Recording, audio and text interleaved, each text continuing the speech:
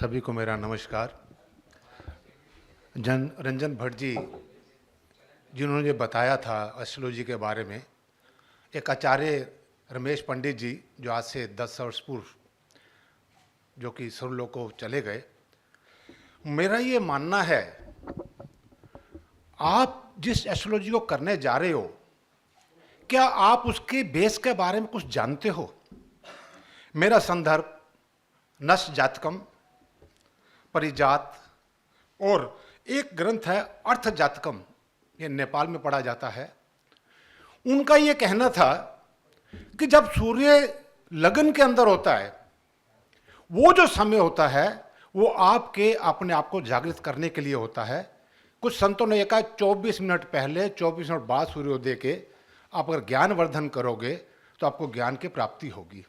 इसमें एस्ट्रोलॉजी में यह कहा गया जब सूर्य लगन में होता है तब आपको पंचांग का अध्ययन करना चाहिए, क्योंकि पंचांग के मैं अभी आपको बताऊंगा किस तरह हमारे लिए हानिकारक हो जाता है अगर आप अध्ययन ना करें तो। सबसे पहले उस अंदर यह कहा गया जब सूर्य लगन के अंदर होता है, यह तब होता है जब सूर्योदय होता है, उस समय कोई भी जातक अगर आपको अपनी समस्या बताता है तो समझ लीजिए वो समस्या आपके परिवार पे जरूर आएगी, क्योंकि वो समय पंचांग अध्ययन का है और वो समय उस भगवान की प्राप्ति का है। आपने उसकी विद्या के ऊपर सूर्य कदर किया, वो तब तक आप उस कष्ट से बाहर नहीं आओगे जब तक संक्रांति नहीं आएगी। आप कभी इसको आजमाइश करके देख लेना, मेरे पास ऐसे केसेस आए हैं। मैं जब सूर्य लगन के अंदर होता है सुबह, तब आपने किसी को कोई रेमेडी नहीं देनी, राजा के होते हुए जनता का कोई रोल नहीं होता। दूसरा ये कहा गया जब भी आप पंचांग का अध्ययन करोगे तभी आपको पता चलेगा, हर महीने में 1.25 दिन ऐसे आते हैं जब आपका राहु और चंद्रमा की युति होती है। अगर जिस समय उदय काल में दिन का हो, रात का हो, दोपहर का हो, लगन जो उदित हो रहा है उसमें राहु और चंद्रमा की युति है और कोई जातक आपके पास समस्या लेके आ जाता है, खुदा ना खास्ता आपका राहु अपना अच्छा नहीं है, तो समझ लीजिए उसके ऊपर कोई ना कोई नेगेटिव एनर्जीज का असर है। और नेगेटिव एनर्जी अगर आत्मबल नहीं है, तपोबल नहीं है, तो उस नेगेटिव एनर्जी के आप भी शिकार हो जाओगे। इसलिए मैंने देखा है बहुत से एस्ट्रोलॉजर अपने आप में ही परेशान है, कोई ना कोई कष्ट है, और बहुत से ऐसे एस्ट्रोलॉजर हैं जो किसी न किसी रोग से पीड़ित हैं। मैं अपने गुरुजी से मिलने गया तो हॉस्पिटल में एडमिट थे, तो उन्होंने जाते टाइम मुझे ये कहा, एक चीज़ का हमेशा ध्यान रखना, हम मंत्रों को उच्चारण करते हैं, हम अनुष्ठान करते हैं, शक्ति का आवाहन करते हैं, क्या आपको शक्ति के आवाहन को सहन करने की हिम्मत है? इसका मतलब आप सिर्फ यंत्र और मंत्र की पूजा करो, जिसको हम तंत्र बोलते हैं। तंत्र अलग अलग तरह का, अलग अलग रंग का होता है। आप किसी भी देवी देवता के यंत्र को रख कर अगर मंत्र करोगे, वो मंत्र यंत्र के अंदर समा जाता है, यंत्र अपने पास रख सकते हो, और 10 में आप उसका हवन भी करोगे तब जाके आके पूर्ति होगी। अब बात आगे पर हवन कर लिया, आपको लगता है हवन करना आपके लिए हमेशा फायदा हुआ? नहीं, इसका भी नियम बताया गया है। जिस दिन आप हवन करोगे आपको पहले से आपको मंत्र के दिन गिनने पड़ेंगे। हवन दिन मैं इस दिन करूंगा, उस दिन को रविवार से दिन शुरू होता है जी। एक दिन तिथि जब हवन करोगे, आजकल एक नया सिस्टम आ गया, एक दिन में 2 तिथियां आ जाती हैं। आप जो तिथि गणित के हिसाब से है, आप दिन के अंदर उस तिथि को जोड़ के आप 4 से भाग करोगे। सपोज जैसे आज संडे है, 1 हो गया, तिथि मान लो 3 है, 5 हो गया, मैंने उससे 4 से डिवाइड कर बैलेंस 1 बचा। ऐसे बैलेंस 1 2 3 4 बच सकते हैं। अगर उस दिन उस टोटल को आप 4 से डिवाइड करते हो, नीचे 0 आता है तो आपके लिए शुभ होगा। नीचे 0 आता है, 16 हो गया, 4 8 4 12 16 20 आ गया, तो 0 आएगा, वो आपके लिए बड़ा शुभकारी होगा। इसका मतलब आप 0 बन के ऊपर उठना शुरू करोगे। अगर 1 आ गया, अग्नि पृथ्वी काल पर नहीं है, आकाश में है, जो करोगे उड़ जाएगा, आपको कोई फल नहीं मिलने वाला उस हवन का। 2 आ गया, पाताल लोक, इसका मतलब जिस रोग के लिए आप करना चाहते हो रोग का आपका छुटकारा नहीं होगा। अगर आप अनजान हो तो इसका मतलब उसका आपको बेनिफिट नहीं मिल रहा। इसलिए कहते हैं जब भी कोई धर्म कार्य करो तो किसी गुरुजी को साथ रखो, पर यह भी तो देखो गुरुजी को भी अग्निकाल का पता है कि नहीं पता। इसलिए जो गुरु बनाओ ज्ञानवान होना चाहिए। 0 और 3 ये आपके लिए बेनिफिशियल है, 1 और 2 आपके लिए बेनिफिशियल नहीं है। इसका मतलब कोई भी आप उपाय करना चाहते हो, कोई भी आप मंत्र करते हो, इसका होना बहुत ज़रूरी है। अब उसके बाद बात आ गई मंत्र।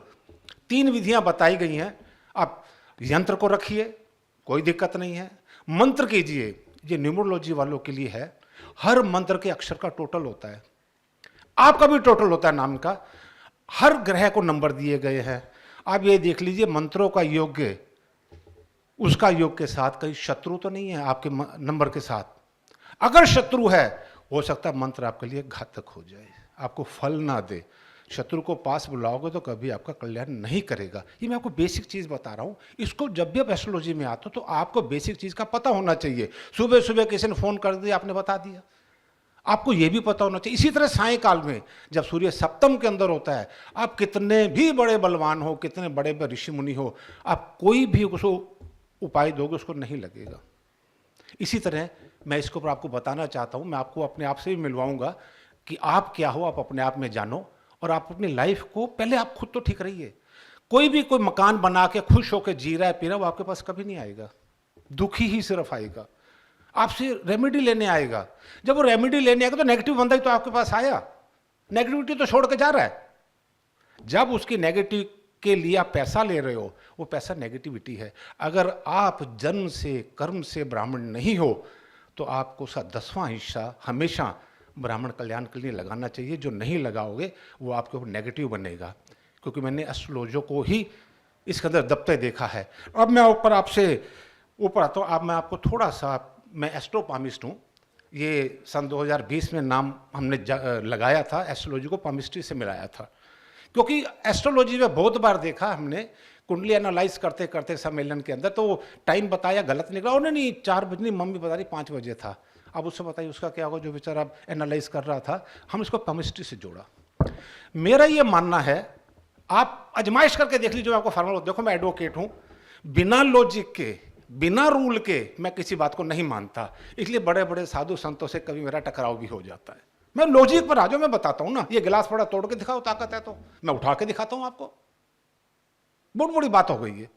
मेरा ये मानना है, आप जब भी कोई एस्ट्रोलॉजी के अंदर जाते हो, सबसे पहले ये मेरा हाथ है, ये मेरा दूसरा हाथ है।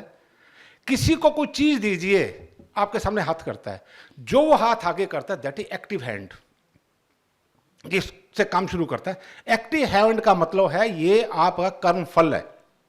दूसरा नॉन एक्टिव है, ये मेरा नॉन एक्टिव है। यहां पे देखो बुध की रेखा नहीं है, मैं इसको थोड़ी देर मान के चल रहा हूं, क्योंकि आपके लिए लेफ्ट है, मेरे लिए राइट है। ये आमने सामने बैठे हैं। यहां पे देखिए ये जा रही है, इधर देखिए पूरी लाइन जा रही है। ये हो गया, दोनों हाथों में डिफरेंस है। अगर आपका active hand non active hand से खराब है, इसका मतलब आपके कर्म पॉजिटिव नहीं है। कहीं ना कहीं आप अपने कर्मों की वजह से अपने आप को बिगाड़ रहे हो। अब यह बात आया था जी, शनि ये हो, मंगल वो हो, ये हो। मैं ग्रहों की बात नहीं कर रहा आपसे। क्योंकि जब हमारे प्रधानमंत्री जी पैदा हुए थे ना, इस दुनिया में 55,000 लोग पैदा हुए थे, सारे प्रधानमंत्री नहीं बने। क्या कारण है ये? कारण क्या है इसके पीछे? आप सोचो, इसके बारे में अध्ययन करो। हमने देखा 30% ग्रह है, 30% कर्म है, 30% परिस्थिति है। कैसे परिस्थिति? एक शराबी शराब पी के सामने आता है, गिर जाता है नाले में, उसको उठा के बाहर लाते हैं। घर वाले कहते हैं क्या पागल हो, कल से मैं नहीं पीऊंगा, नहीं पीता। शाम को फिर बाहर जाता, दोस्त मिल जाते हैं उसको, क्या पागल है ये तो चलता है, घर वाले समझाते रहे, वो फिर पीना शुरू कर देता है। वो जो उसका वहां का माहौल मिला, वापिस उसको उसी दोष के अंदर ले आया। इसका मतलब होगा, जब आप किसी को एनालाइज करते हो, आप उसके बारे में, ग्रह के बारे में, परिस्थिति को भी देखो। अब मैं ला रहा हूं, आप अपने आप को देखो। यह हमारी जीवन रेखा है जी, बिल्कुल साफ है, स्पष्ट है। आपका लग्नेश मजबूत होगा, कहीं पे भी वो मजबूत होगा। ये आपकी जीवन लाइन है। ये टूटी हुई है, ये चाल, इसको हम 0 से 80 साल मान के चलते हैं। जहां पे टूटी हुई है, उस आयु में आपके साथ कोई ना कोई घटना होगी। मैं दुर्घटना नहीं कर रहा, कुछ ना कुछ घटना होगी।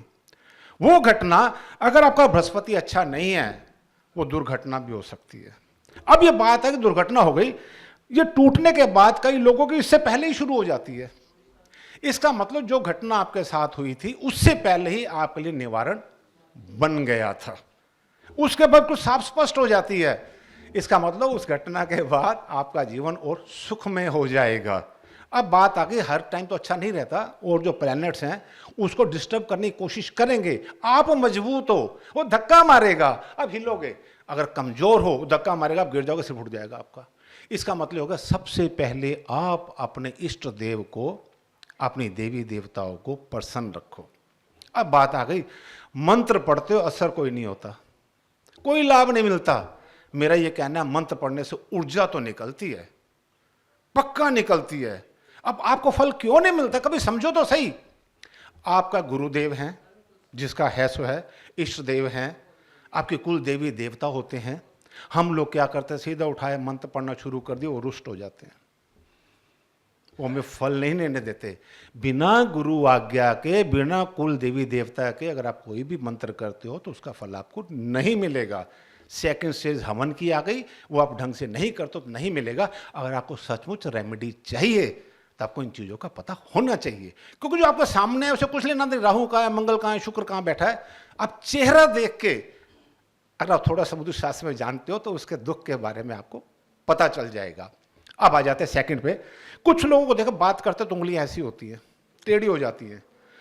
मेरी उन सबसे रिक्वेस्ट है, अगर ये ज़्यादा ट्विस्ट हो, वो अपने ब्लड को चेक करता रहे, इम्प्योरिटी चेक करता रहे। उनके कोई ना, जिस दोनों हाथों में, जिस हाथ में उसकी उंगलियां ज़्यादा टेढ़ी होंगी, उस हाथ में बॉडी का कोई ना कोई पार्ट उस साइड का फंक्शन करने में दिक्कत आ सकती है। अगर उस उम्र में उसकी जीवन रेखा भी ब्रेक हो, टूटी हो, या जाल बन रहा हो, या वहाँ पे आपका तिल लगा हो, उसको ये जरूरी होती है। उसके बाद आ जाती है जो हमारी सबसे बड़ी समस्या आजकल चल रही है, हस्बैंड वाइफ का प्यार।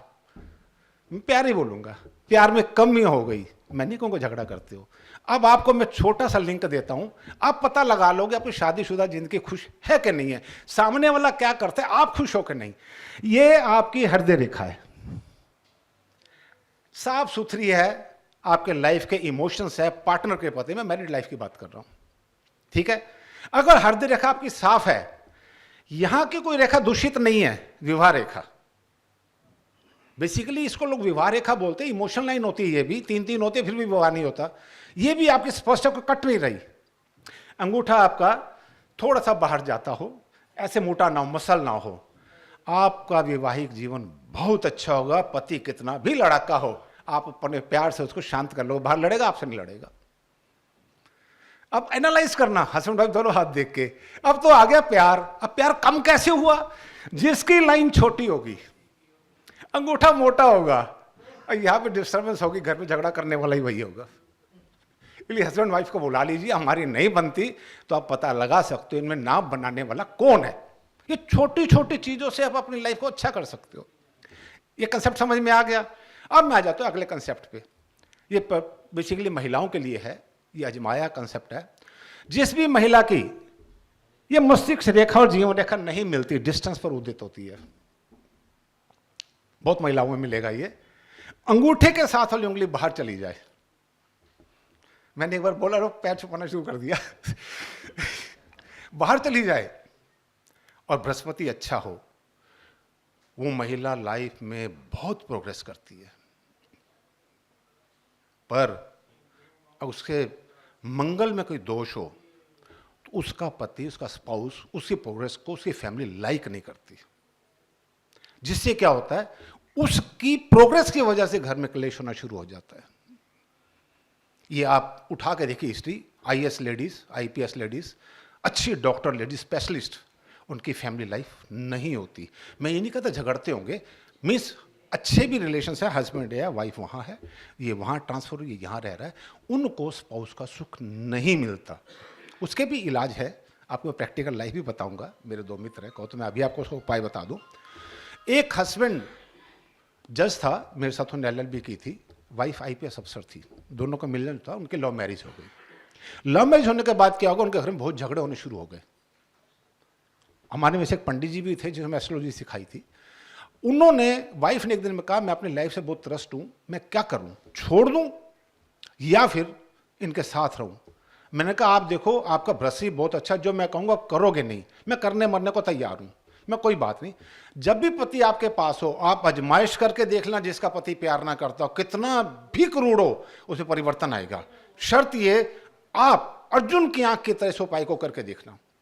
जब भी पति उठे, उठते ही क्रॉस क्रॉस कह रहा हूं, यहां तक हाथ नहीं, पूरे अंगूठे तक हाथ लगा दीजिए। उसने लगाया, 2 दिन में पति है तेरी शरारत है भरत, तूने इसको कुछ कहा है। मैं कहा जो कहा करने दो ना, तो गाली तो नहीं दे रही। 2-3 दिन बाद किया तो वो बड़ा परेशान था, फिर मेरे पास है, कहता देव, मैंने कहा शर्मा जी एक बात बताइए, आपका झगड़ा इस बात का था कि झुकती नहीं है, चल तेरे पैर पकड़ लिए तभी तेरे को शर्म नहीं आती, फिर भी गाली दे रहा है। कहता हाँ यार ये बात तो मेरे दिमाग में नहीं आई। मैं कहा अब जो चीज़ उसको पसंद हो लाइफ में, खाने में, पीने में, पहनने में, उसको लेके दे दे। आपको जान के हैरानी होगी, दोनों कपल अमेरिका में रहते हैं, उनके बच्चे वहाँ हैं, जैसे राम और सीता की जोड़ी थी इस तरह से वो रहते हैं। अकबर के देखिए इन चीज़ों को, बहुत सी चीज़ें हैं। अब मैं आज इसके साथ मैं आपको एक चीज़ और बताना चाहूँगा। हाथ के ऊपर जो लोग जिनकी 3 रेखाएं होती हैं, यहाँ पे 3 रेखाएं होती हैं, इसको लोग कहते हैं कि बहुविवाह, ऐसा नहीं है। उनका आकर्षण होता है, ये किसी चीज़ के प्रति आकर्षण, ये अपोजिट वर्ग के प्रति भी हो सकता है, भगवान के प्रति भी हो सकता है।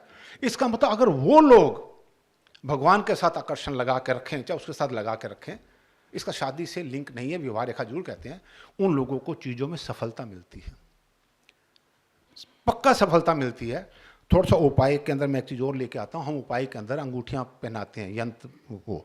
आप एक चीज़ का दें, उपाय बिल्कुल साफ है, बिल्कुल साफ है। मुझे कोई ये बता दे कि आप ग्रहों की चाल बदल सकते हो, कोई शक्तिशाली ऐसा बंदा आ जाए, कोई मुझे दिखा दो मैं ग्रह को ठीक कर सकता हूँ, ये कर सकता, कुछ नहीं कर सकते आप लोग, हमारे हाथ में है ही नहीं। That is destiny, that is fix. जब वो फिक्स है, उसका बच्चा नहीं हो रहा, उसकी शादी नहीं हो रही, इसकी ये नहीं हो, कोई कहता है गाय को घास खिला दे बच्चा हो जाएगा, इसकी शादी। अरे गाय के घास के बच्चे से क्या लेना देना है? इसका मतलब कोई ना कोई लॉजिक तो होना चाहिए ना। मैं तो लॉजिक वाला बताओ क्या कर रहा है, इसलिए मेरी कभी किसी से नहीं बनती। मेरा ये मानना है जब ग्रह की हम चाल बदल ही नहीं सकते तब यहाँ बैठे क्यों हैं? कोई तो कारण होगा। हम यहाँ हैं, ग्रह ने अपना काम करने। छोटा सा एग्जांपल देता हूँ, बाहर बारिश आ रही है, आपको जाना है। एक तो बंदा तो ऐसे निकल जाता है, भीग जाता है, बीमार भी हो सकता है। दूसरा बंदा छोटा सा छाता लेके जाता है, थोड़ा बचता है, थोड़ा भीग जाता है। तीसरा और बड़ा छाता ले जाता है, वो बिल्कुल नहीं भीगता। चौथा खड़ा ही रहता है, जाता ही नहीं, भीगता ही नहीं। कर्म करने वाले कर रहे हैं, पर उनकी दशा अलग अलग है। गीला हो रहा है, थोड़ा सा गीला, पूरा गीला हुआ। इसका मतलब ये होगा जिस बंदे ने कर्म किया वो बारिश को तो नहीं रोक सका, अपने कर्म से अपने आप को उसने बचा लिया। सब ग्रहों की ऊर्जा है। 2 ग्रह प्रत्यक्ष है, एक सूर्य एक चंद्रमा। सूर्य एनर्जी देता में फील होती है, प्रत्यक्ष है। चंद्रमा एनर्जी देते में फील होती है, प्रत्यक्ष है। बाकी ग्रहों की एनर्जी है।